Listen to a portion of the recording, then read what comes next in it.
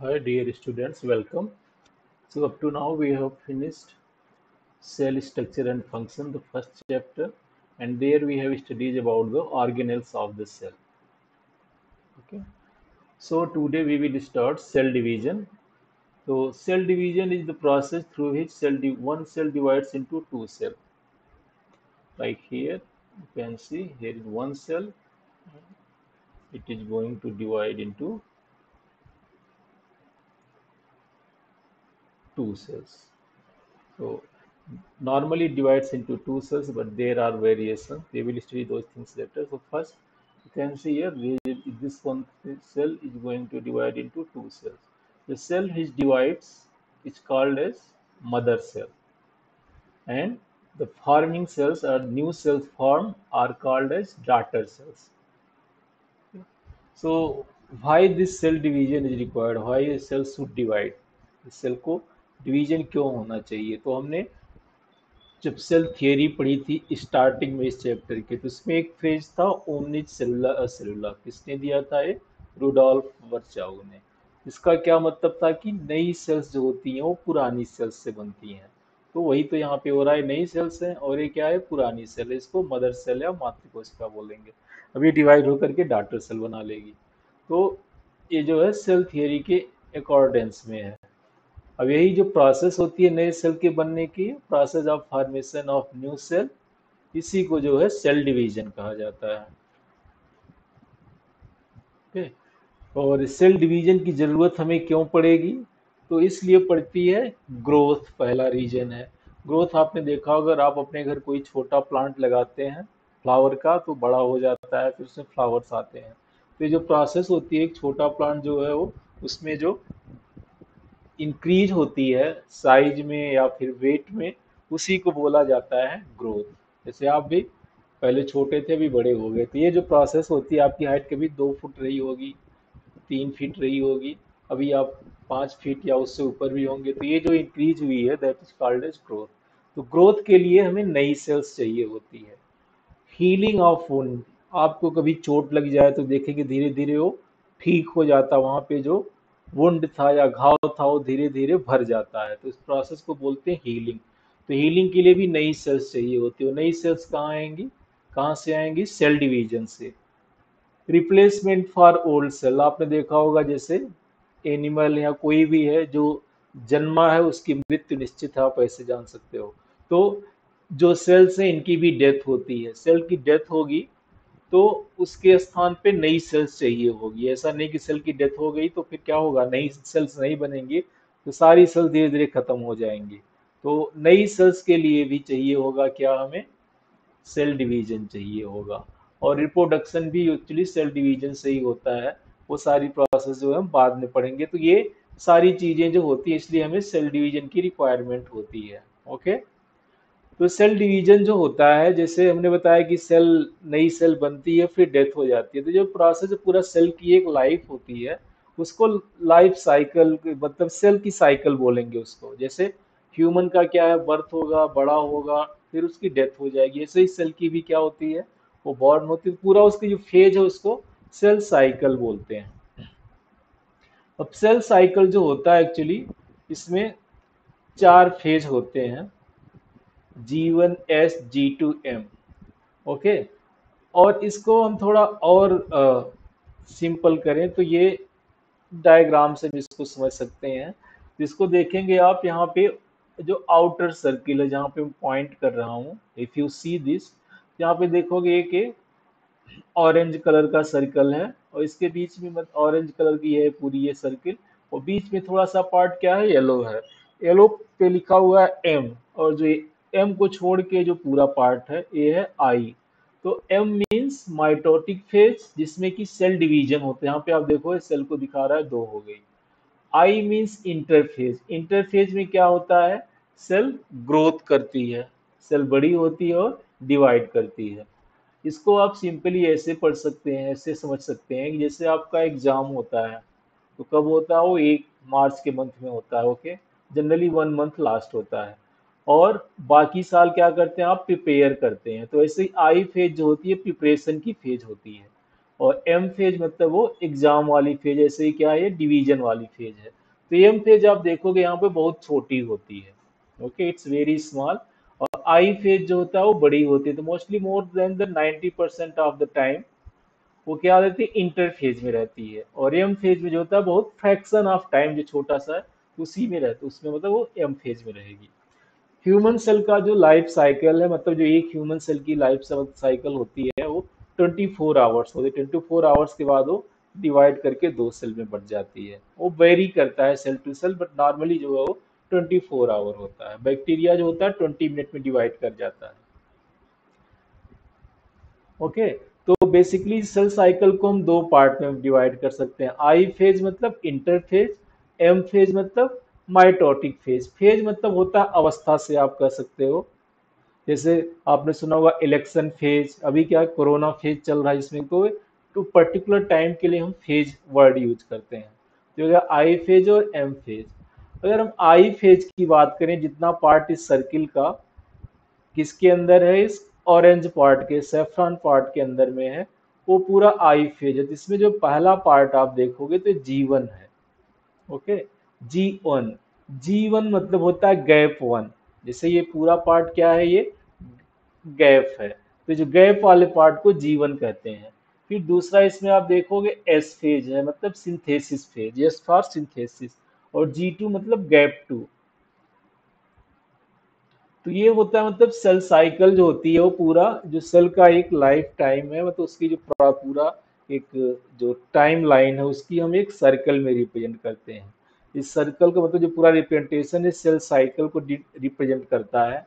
और cell cycle में basically दो फेज होंगे, आप देखोगे outer circle I for interphase, M for mitotic phase.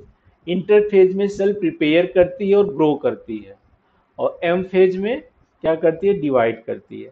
I phase या इंटरफेज को फिर से तीन फेज में डिवाइड किया गया। जी वन फेज मतलब गैप वन, एस फेज मतलब synthesis phase, and G two मतलब गैप टू। और इसके बाद एम फेज आ जाती है। ओके, तो ये हो गया सेल साइकिल के बारे में। यहाँ पे आप देख लोगे कि जी जीरो, जी जीरो क्या होता है, कोई जरूरी नहीं कि सेल जो है हर सेल डिवाइड ही करे। जैसे कोई जरूरी नहीं कि हर स्टूडेंट एग्जाम ही दे, कुछ छोड़ भी देते हैं। तो ऐसे ही कुछ सेल्स क्या करती हैं, वो सेल साइकिल में पार्टिसिपेट नहीं करती हैं, वो बाहर चली जाती है सेल साइकिल से, उसी जीवन फेज में ही पड़ी रहती हैं।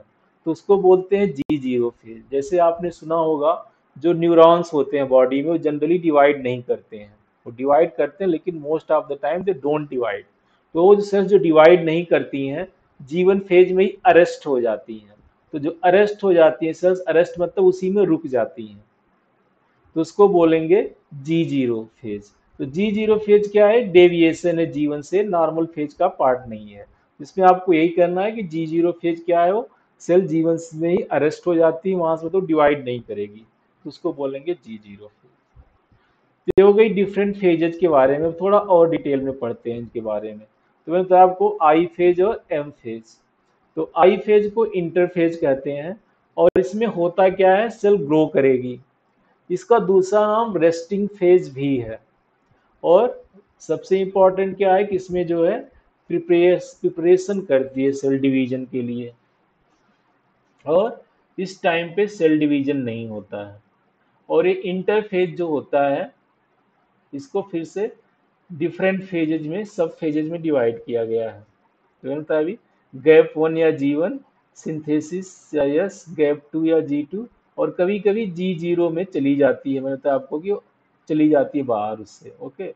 और दूसरा फेज जो होता है, तो इंटरफेज और माइटोटिक के प्रिंसिपल फेज हो गए। और इंटरफेज को फिर से डिवाइड किया गया है G one S G two, okay. तो ये और एक साइटोकाइनेसिस भी होता है इसमें, आगे हम पढ़ेंगे उसके बारे में। सॉरी, नहीं, जी वन एस जी टू रहेगा, साइटोकाइनेसिस जो एम फेज में आएगा, सॉरी। तो हम पहले सबसे पढ़ेंगे जीवन फेज के बारे में। तो जीवन मतलब गैप वन। तो गैप किसके बीच होता है, यहाँ पे दो इम्पॉर्टेंट फेज हैं, एक एम फेज और एस फेज। तो एम फेज में सेल डिवीजन होता है, एस फेज में क्या होता है, डीएनए सिंथेसिस या फिर क्रोमोसोम का डुप्लीकेशन होता है। क्रोमोसोम आपने पढ़ा था न्यूक्लियस के अंदर होता है, और उसी में सारी इंफॉर्मेशन होती है सेल की। तो जो न्यूक्लियस के अंदर क्रोमोसोम होता है वो क्रोमोसोम बना होता है डीएनए का। तो एस फेज में डीएनए का रेप्लिकेशन या डुप्लीकेशन होता है, मतलब यहाँ पे डीएनए की सिंथेसिस, क्रोमोसोम नंबर जो है मतलब वो सेम रहेगा लेकिन डीएनए डबल हो जाता है।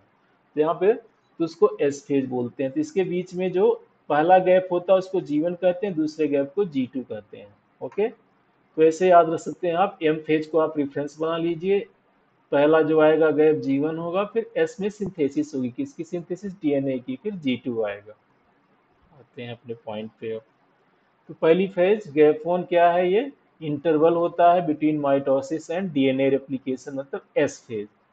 ये क्या होता है, इसमें सेल मेटाबॉलिकली एक्टिव होती है, मतलब कि जैसे आप जो गैप का टाइम रहता है उस टाइम पे खूब खेलते कूदते हो, खूब घूमते हो, वैसे ही सेल भी उस टाइम पे काफी मस्ती करती है। तो आप बोल सकते हो उसको मेटाबॉलिकली एक्टिव है, मस्ती इन द सेंस उसके जो दूसरे काम है उनको पूरा करती है। इस टाइम पे आरएनए और प्रोटीन की सिंथेसिस होती है, याद रखिएगा, जीवन में। और सेल में ग्रोथ होती है इस टाइम पे। तो इसमें ग्रोथ होगी ये, और क्या होगा, आरएनए और प्रोटीन की सिंथेसिस होती है, सेल मेटाबॉलिकली एक्टिव होगी, और इंटरवल होता है माइटोसिस और सिंथेसिस फेज या एस फेज के बीच में। दूसरी फेज जो होती है एस फेज। एस फेज क्या होता है, यहाँ पे डीएनए सिंथेसिस की फेज होती है। यहाँ पे डीएनए का अमाउंट जो होता है वो डबल हो जाता है। जैसे मान लो अगर उसमें डीएनए का अमाउंट 2x है, तो इस फेज के फिनिश होते होते क्या हो जाएगा, वो एस फेज फिनिश होते होते जब तक वो G2 में पहुंचेगी तो वो 4x हो जाएगा। तो जनरली हम डीएनए के अमाउंट को C से रिप्रेजेंट करते हैं, तो ये 2C से 4C हो जाएगा, तो ये डबल हो जाता है। लेकिन नंबर ऑफ क्रोमोसोम जो होता है, जैसे ह्यूमन में 46 क्रोमोसोम होते हैं, तो क्रोमोसोम का नंबर सेम रहेगा लेकिन डीएनए का अमाउंट क्या हो जाएगा, डबल हो जाएगा। और सेंट्रोसोम का डुप्लीकेशन होता है। सेंट्रोसोम हमने आपको बताया था जो हम पढ़ रहे थे, cell structure and function, help करता है सेल डिवीजन, मैंने आपको उसी टाइम पे बताया था। तो आप जो है पुराने लेक्चर्स जो है उसको रिपीट कर सकते हैं सेंट्रोसोम के बारे में जानने के लिए। नेक्स्ट फेज जो आती है इंटरफेज की, वो G2 होती है। इसमें जो सेल डिवीजन के लिए प्रोटीन होती है उसकी सिंथेसिस होती है। इसमें भी आरएनए और प्रोटीन बनते हैं, और सेल की ग्रोथ जो जीवन में स्टार्ट थी वो यहाँ भी कॉन्टिन्यूस रहती है।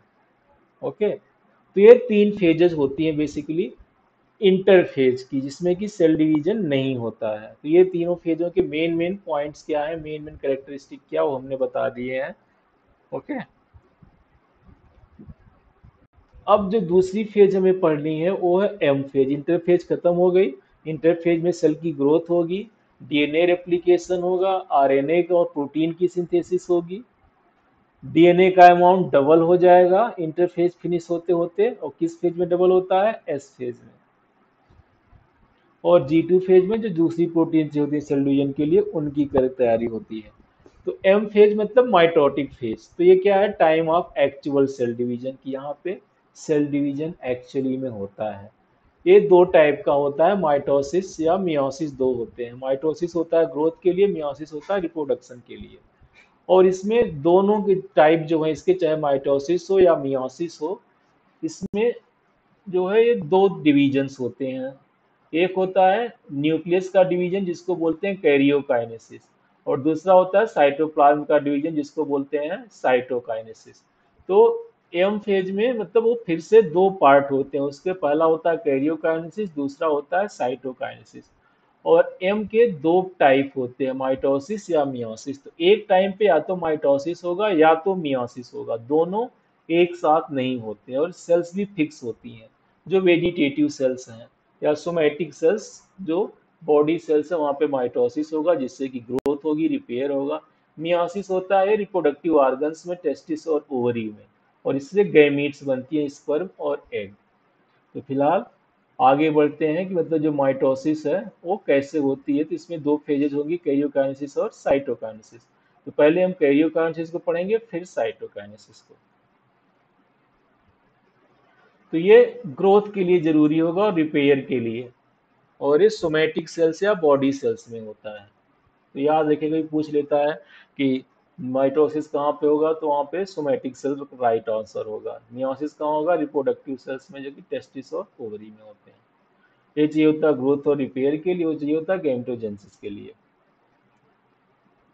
तो अब माइटोसिस की फेजेस की बात अगर हम करें तो यहाँ पे आप देखोगे ये तो इंटरफेज वाली चीज हो गई। और ये जो है एम फेज है, जो ब्लैक पार्ट है पूरा सर्किल का। और ब्लैक पार्ट देखोगे आप कहाँ से स्टार्ट हो रहा है, प्रोफेज से। प्रोफेज पहली फेज होती है इसकी, फिर मेटाफेज, एनाफेज और टीलोफेज। तो ये चार फेज जो होती हैं, जो ब्लू कलर से दिया हुआ है, ये चारों फेजेज होती हैं एक्चुअली कैरियोकाइनेसिस की, जिसमें कि न्यूक्लियस का डिवीजन होता है। और जो लास्ट है ये पिंक कलर में, साइटोकाइनेसिस, जिसमें कि साइटोप्लाज्म का डिवीजन होता है। यहाँ आप देखोगे कि एक सेल स्टार्ट हुई थी और फिनिश होते होते दो सेल बन गई, तो ये पूरा सेल साइकिल को रिप्रेजेंट कर रहा है। ओके। तो फेजेज ऑफ माइटोसिस में आपसे पूछा जाए तो बेसिकली कहीं कहीं पे आपको सिर्फ चार फेज ही देखने को मिलेगी, लेकिन एक्चुअली इसमें ये साइटोकाइनेसिस को भी इंक्लूड करते हैं। तो कहीं कहीं क्वेश्चन में आपको जस्ट ये चार ही मिलेंगे, तो that is also correct for that particular condition. And actually जो माइटोसिस है इसमें साइटोकाइनेसिस को भी हम इंक्लूड करेंगे। आप यहाँ देख लो, ये एम फेज ब्लैक से है और इसमें ये सारे के सारे इंक्लूडेड हैं। तो cytokinesis is also the part of mitosis. तो ये फेजेज हो गई माइटोसिस के। हमने एक एक फेज को पढ़ेंगे कि किस फेज में क्या होता है, सेल डिवीजन में कैसे क्या होता है। न्यूक्लियस के बारे में हम पहले ही पढ़ चुके हैं। साइटोप्लाज्म क्या है, जो पूरा पार्ट होता है सेल के अंदर, उसको साइटोप्लाज्म बोलते हैं एक्सक्लूडिंग न्यूक्लियस। तो न्यूक्लियस को छोड़ के सब कुछ साइटोप्लाज्म में आएगा। और उसका जो डिवीजन होता है उसको बोलते हैं साइटोकाइनेसिस। अब ये माइटोसिस की आउटलाइन में यहाँ पे आपको बता दे रहा हूँ। यहाँ पे आप देखोगे इंटरफेज। इंटरफेज में न्यूक्लियस के अंदर हम पहले भी पढ़ चुके हैं, जो ये जेनेटिक मटेरियल या डीएनए होता है, धागे की तरह होता है। इन धागों को बोलते हैं क्रोमैटिन फाइबर्स। ओके। और यहाँ पे आप देखोगे ये सेंट्रोसोम है, जिसमें कि सेंट्रियोल्स होते हैं। अब ये धागे क्या होता है कि जब ये प्रोफेज आती है तो उस टाइम पे कंडेंस हो जाते हैं। कंडेंस होने पे इन्हीं धागों को, जो क्रोमैटिन फाइबर्स थे, अब इनको हम क्रोमोसोम कहेंगे। तो ये प्रोफेज हो गई पहली फेज। तो इसमें कंडेंस होता है क्रोमोसोम, न्यूक्लियस टूट जाता है, मतलब जो न्यूक्लियस की मेम्ब्रेन है वो टूट जाएगी। और नेक्स्ट फेज होती है मेटाफेज। मेटाफेज में क्या होगा, ये जो क्रोमोसोम था ये आ जाते हैं सेंटर पे, मतलब जो इक्वेटोरियल प्लेट बोलते हैं इसको, सेंटर पे अलाइन हो जाएंगे और ये स्पिंडल अपरेटस से पूरा जुड़ जाएंगे। तो इसको बोलते हैं, मतलब स्पिंडल अपरेटस बन जाएगा यहाँ पे, और ये सेंटर पे आ जाएंगे तो इसको मेटाफेज बोलेंगे। और जब इस मूव करने लगते हैं, इनका डिवीजन हो जाता है क्रोमोसोम का, आप देखोगे डिवाइड कर जाते हैं ये सेंट्रोमियर से, हाफ हाफ पे। तो आधे ऊपर चले जाते हैं यहाँ से और आधे नीचे। तो इसको बोलते हैं, जब ये मूव करते हैं तो इसको बोलते हैं एनाफेज। और टीलोफेज होता है जब ये अपोजिट पोल पे पहुंच जाए और फिर से न्यूक्लियर मेम्ब्रेन बन जाए, तो इसको बोलेंगे टीलोफेज। तो ये समरी है, इसको हम फिर से एक बार देख लें। आपको एक आउटलाइन मैंने बता दिया क्या होता है। अब एक एक फेज को हम देखते हैं डिटेल में। तो पहली फेज जो है प्रोफेज, तो ये है फर्स्ट फेज ऑफ कैरियोकाइनेसिस। इसमें क्या होता है, कंडेंसेशन ऑफ क्रोमैटिन फाइबर्स। तो देखो यहाँ पे धागे की तरह, इनको हम क्रोमैटिन फाइबर्स बोलेंगे। और ये न्यूक्लियस है और पूरी सेल है। यहाँ पे सिंप्लिसिटी के लिए हमने बाकी चीजें नहीं दिखाई हैं, जस्ट जो है ये सेल है और सेल के अंदर न्यूक्लियस बड़ा सा दिखा दिया गया है। अभी जो कंडेंसेशन होता है क्रोमैटिन फाइबर्स का, तो इससे क्या होता है, फॉर्मेशन ऑफ क्रोमोसोम। तो यहाँ पे देखो, आप एक कंडेंस हो गए धागे और ये क्या बन गया, क्रोमोसोम बन गया। ये चार थे, अगर हम बैक जाएं तो आप देखोगे 1 2 3 4, ये 1 2 3 4, ठीक है। तो क्रोमैटिन फाइबर ही जब कंडेंस हो जाता है माइटोटिक फेज में, तो इसी को हम बोलते हैं क्रोमोसोम। और वही जो जेनेटिक मटेरियल इंटरफेज में कहा जाता है क्रोमैटिन फाइबर्स। अभी जो सेंट्रोसोम होता है इसमें, वो अपोजिट पोल की तरफ मूव करता है। ओके। और यहाँ से एस्टर्स निकल आती हैं, जैसे यहाँ पे है ये सेंट्रोसोम। जैसे यहाँ पे हमने आपको दिखाया था, ये जो है डायग्राम, ये देखोगे सेंट्रोसोम है। अब सेंट्रोसोम क्या होता है, यहाँ से मूव कर जाता है, अपोजिट पोल पे पहुंचने लगता है। इसमें दो हैं, ये अपोजिट पोल में मूव करता है। और मैंने आपको बताया था इसका एस फेज में ये डुप्लीकेट हो जाता है, दो हो जाता है। तो एक जो है इधर आ गया, एक इधर आ गया, उसी को बोलते हैं ये मूव कर रहा है। तो ये भी पूछा जाता है कि सेंट्रोसोम कब मूव करता है, तो ये प्रोफेज में ही मूव करता है, मूव्स टू अपोजिट पोल पे मूव कर रहा है। Mitotic apparatus is formed. अब ये जो सेंट्रोसोम है इससे ये धागे निकलते हैं, इन धागों को बोलते हैं एस्टर, एस्टर्स बोलते हैं। अब एस्टर्स यहाँ से निकल निकल के एस्टल रेज कहेंगे तो ये पूरा जुड़ जाते हैं। कहाँ पे जुड़ते हैं? सेंट्रोमियर पे। सेंट्रोमियर पे ये जो काइनेटोकोर कहते हैं, आप देखोगे जहाँ पे ये क्रोमेटिड जुड़ते हैं उसको बोला जाता है सेंट्रोमियर, जो सेंट्रल पार्ट है इसका। अब यहाँ पे जो व्हाइट व्हाइट कलर के पैच दिख रहे हैं आपको, जहाँ पे अभी मैं ये दिखा रहा हूँ, यहाँ पे हो गया, ये हो गया, ये हो गया, इसको बोलते हैं काइनेटोकोर, जो कि मैंने आपको क्रोमोसोम की स्ट्रक्चर पे बताया था। और ये भी बताया था वहीं पे किससे, जो स्पिंडल फाइबर्स जुड़ते हैं। स्पिंडल फाइबर्स काइनेटोकोर्स पे जुड़ेंगे। काइनेटोकोर्स कहाँ होते हैं? सेंट्रोमियर पे। ये जुड़ जाएंगे तो अब बोलेंगे कि हम स्पिंडल अपरेटस बन गया है। तो यहाँ पे अब आगे क्या होगा कि जो ये न्यूक्लियर मेम्ब्रेन है, आप देखोगे यहाँ पे इंटैक्ट थी, अभी ये ब्रेक करने लगी है और यहाँ तक आते आते पूरा ब्रेक कर जाती है। तो प्रोफेज क्या है? ये नॉर्मल सेल थी। ओके, ये भी नॉर्मल सेल है। अब इसके जो इसके क्रोमेटिन फाइबर है कंडेंस होने लगते हैं, जो मेम्ब्रेन है वो टूटने लगती है, और जो सेंट्रोसोम है इसके वो क्या करते हैं? वो मूव करते हैं अपोजिट पोल पे। ये हो गया। उससे सेंट्रोसोम से रेडिएट होते हैं क्या? एस्टर या स्पिंडल फाइबर्स, और ये कहाँ जुड़ जाते हैं? सेंट्रोस क्रोमोसोम के सेंट्रोमियर पे जो काइनेटोकोर होता है वहां जुड़ते हैं, और माइटोटिक अपरेटस बन जाता है। ये कंडेंस हो गया। यहाँ पर ये सेंट्रोसोम से ये स्पिंडल फाइबर्स निकल निकल के जुड़ गए काइनेटोकोर पे, और क्या बन गया? Mitotic apparatus. ओके। अब इसके बाद क्या होगा? जो भी मतलब सेल ऑर्गेनेल थे, गाल्गी बॉडी, ईआर, न्यूक्लियर एनवलप, सारे के सारे गायब हो जाते हैं। देखोगे आप यहीं पे जो है गायब होने लगे, यहाँ तक आते आते पूरा गायब हो गए। तो अब जो है क्या है? क्रोमोसोम या जो जेनेटिक मटेरियल साइटोप्लाज्म में आ गया है। ठीक है, न्यूक्लियर मेम्ब्रेन नहीं है, ये टूट गई यहाँ पे। तो ये आपको ध्यान देना होगा। ओके।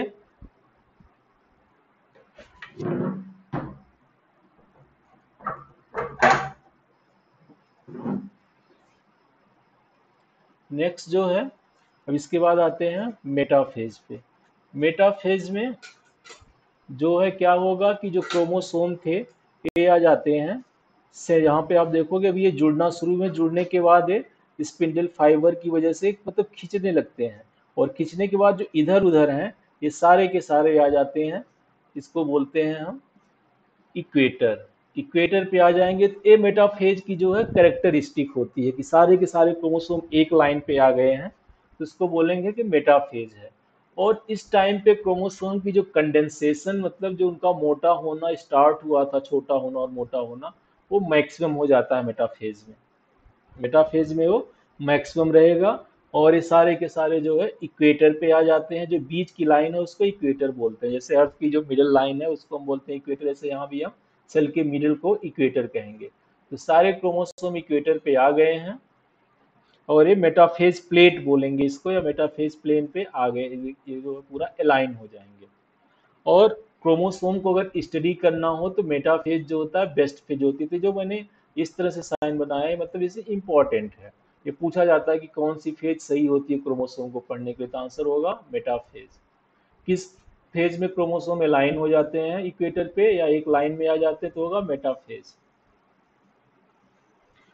और यहाँ पे आप क्लियरली देख सकते हो काइनेटोकोर जो है व्हाइट व्हाइट पैच है, वहीं पे जो है ये स्पिंडल फाइबर्स जुड़ते हैं। और यहाँ पे आप देखोगे कि एक सिस्टर क्रोमेटिड ए हो गया जहाँ पे मैं दिखा रहा हूँ, और एक ए हो गया।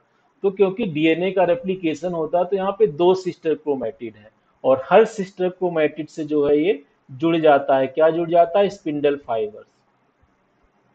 तो यहाँ पे आपको ज़्यादा कॉम्प्लिकेट लग रहा हो तो एटलीस्ट इतना याद रख सकते हैं कि सारे क्रोमोसोम आ गए मेटाफेज प्लेट पे और अलाइन हो गए, और जो स्पिंडल फाइबर्स हो जुड़ते कहाँ पे हैं? जो होता है काइनेटोकोर सेंट्रोमियर का। ठीक। अब आते हैं नेक्स्ट फेज पे। मेटाफेज के बाद क्या होगा? नेक्स्ट फेज आती है एनाफेज। एनाफेज में क्या होता है? स्प्लिटिंग हो जाती है क्रोमोसोम, जैसे यहाँ पे जुड़े थे अब एक खींचता है अपनी तरफ अपोजिट डायरेक्शन में, कुछ ऐसे जैसे आप किसी चीज को दो तरफ से बांध के खींचो तो क्या होगा? वो टूटेगी। अब क्योंकि दो क्रोमेटिड यहाँ जुड़े हैं तो एक टूट के ऊपर जाएगा, एक टूट के नीचे आएगा, तो स्प्लिटिंग होती है। तो अगर स्प्लिटिंग पूछा जाए कहाँ होगी तो होती है एनाफेज में। यहाँ से यही क्वेश्चन बनता है। क्रोमोसोम अलग हो जाते हैं। तो स्प्लिटिंग और सेपरेशन कहाँ होगा? एनाफेज में। और ये अपोजिट पोल की तरफ जाने लगते हैं, देखो आप ये अपोजिट पोल की तरफ ये जाने लगे। तो ये सारी चीजें होती हैं एनाफेज में। और ये जैसे बनाना होता है उसके मतलब कि जो बनाना का गुच्छा होता है, बंच होता है, उस तरह से दिखते हैं क्रोमोसोम। ये हो गए एनाफेज के बारे में।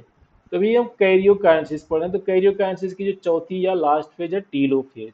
टीलोफेज क्या होती है? Final phase of karyokinesis.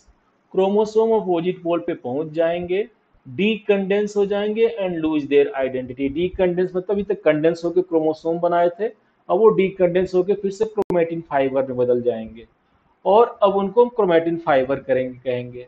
Nuclear envelope बन जाएगा हर पोल पे, और न्यूक्लियोलस गाल्गी बॉडी या फिर से बन जाएंगे।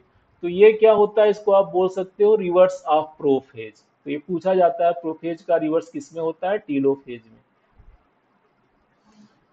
तो यहाँ पे देख सकते हो आप इस फिगर में कि ये क्रोमोसोम का मतलब जो था ये, मतलब इसके ऊपर न्यूक्लियर मेम्ब्रेन बन गई, ये भी धीरे धीरे क्रोमेटिन फाइबर में बदल जाएगा और सारे जो है वो एपियर हो जाएंगे ऑर्गेनल, और स्पिंडल अपरेटस डिसएपियर हो जाता है। तो ये हो गया टीलोफेज की कैरेक्टरिस्टिक।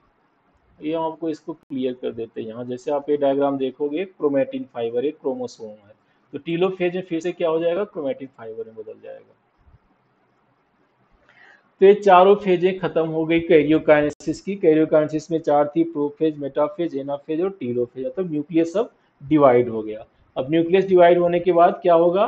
साइटोप्लाज्म डिवाइड करेगा। अब साइटोप्लाज्म डिवाइड करने की प्रोसेस को बोलते हैं साइटोकाइनेसिस। तो इसमें क्या होता है? Equal division of cytoplasm into daughter cells. और ये दो तरीके से होता है। पहला होता है कॉन्स्ट्रिक्शन मेथड। कॉन्स्ट्रिक्शन मेथड जो होता है वो एनिमल्स में कॉमन होता है। इसमें क्या होता है? एक फरो जो होता है, मतलब वो बीचों बीच एक ईयर होता है जो कि माइक्रोफिलामेंट्स का बना होता है। मिडिल ऑफ सेल जो है पीयर हो जाएगा। और ये क्या करता है? जैसे बैलून को लेकर के आप बीच से दबाना शुरू करें, वैसे ही क्या करता है? उसको कॉन्स्ट्रिक्ट करना स्टार्ट करता है। तो कॉन्स्ट्रिक्ट करने से क्या हो रहा है? बाहर से अंदर की तरफ जाता है। यहाँ पे आप देख सकते हो, आप ये अंदर की तरफ जा रहा है। और उससे क्या होगा? अल्टीमेटली ये जो साइटोप्लाज्म है ये डिवाइड हो जाता है दो में। और इसमें क्या होता है? जो सेल ऑर्गेनेल है वो भी इक्वली डिवाइड हो जाते हैं। ये हो गया कॉन्स्ट्रिक्शन मेथड, और कहाँ पे होता है? एनिमल सेल्स में होता है। नेक्स्ट है cell plate method. Cell plate method क्या है कि प्लांट्स में सेल वॉल होती है, तो वहां पे ये दूसरे तरीके से होता है। अब इसमें होता है क्या है कि जो वॉल फॉर्मेशन हो सेंटर पे स्टार्ट होता है। किससे? गॉल्गी वेस्किल्स होती हैं, फ्रेगमोप्लास्ट बनाती हैं, और ये फ्रेगमोप्लास्ट सेंटर से जो है वो बाहर की तरफ बनते हैं। इसको आप ऐसे समझ सकते हैं, आप देखोगे ये अंदर से बनेगा, बाहर की तरफ फिर धीरे धीरे कंप्लीट कर लेगा। सेंटर से बाहर की तरफ बनेंगे और जो है धीरे धीरे पेरीफेरी तक पहुंच जाएंगे, प्लाज्मा मेम्ब्रेन को ज्वाइन करके फिर धीरे धीरे पूरा सेल वॉल बन जाएगी। एक गॉल्गी वेस्किल्स इसको मेडिएट करते हैं। तो गॉल्गी वेस्किल का एक और काम हो जाएगा क्या? सेल वॉल व सेल प्लेट फॉर्मेशन जो होता है वो गॉल्गी वेस्किल से होता है, और सेल ऑर्गेनेल जो होता है वो डिस्ट्रीब्यूट हो जाएंगे इक्वली। तो ए हो गया सेल प्लेट मेथड। तो ये किसमें होगा? प्लांट में होगा। कॉन्स्ट्रिक्शन मेथड कहाँ पे होगा? ये एनिमल्स में होगा। तो ये दो तरीके से साइटोकाइनेसिस होती है। तो इसी के साथ माइटोसिस जो है वो कंप्लीट हुआ। अब इसके बाद हम मियोसिस स्टार्ट करेंगे नेक्स्ट स्लाइड में। तो hope that everything is clear to you. अगर कोई प्रॉब्लम है, कुछ कंफ्यूजन है, please ask. Thanks for your attention.